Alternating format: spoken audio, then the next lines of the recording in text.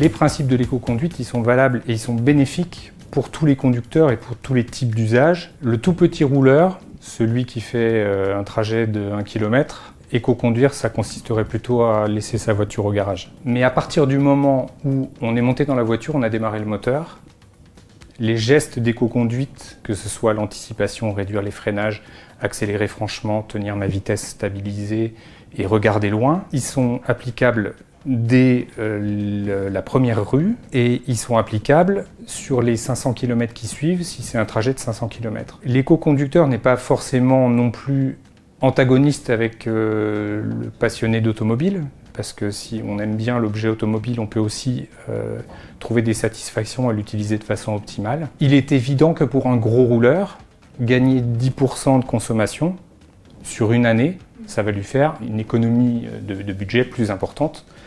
Mais dans tous les cas, ces 10 ou 15 ou 20% de gains de consommation, on les retrouve quel que soit l'usage qu'on fait de sa voiture. Il n'y a pas de voiture type pour l'éco-conduite.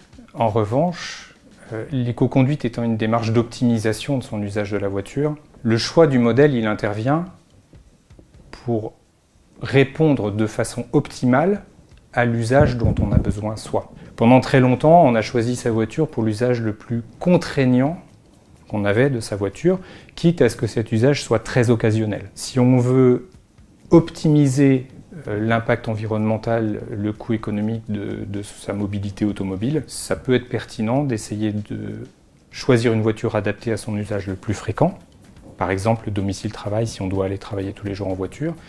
Et pour ça, on se rend vite compte qu'on n'a pas forcément besoin d'une très grosse voiture avec un très gros moteur, 1 milliard d'options qui la rendent plus encombrante, plus difficile à garer, plus coûteuse à assurer et qui vont faire qu'elle va consommer davantage. Mais il n'y a pas une voiture idéale pour l'éco-conduite.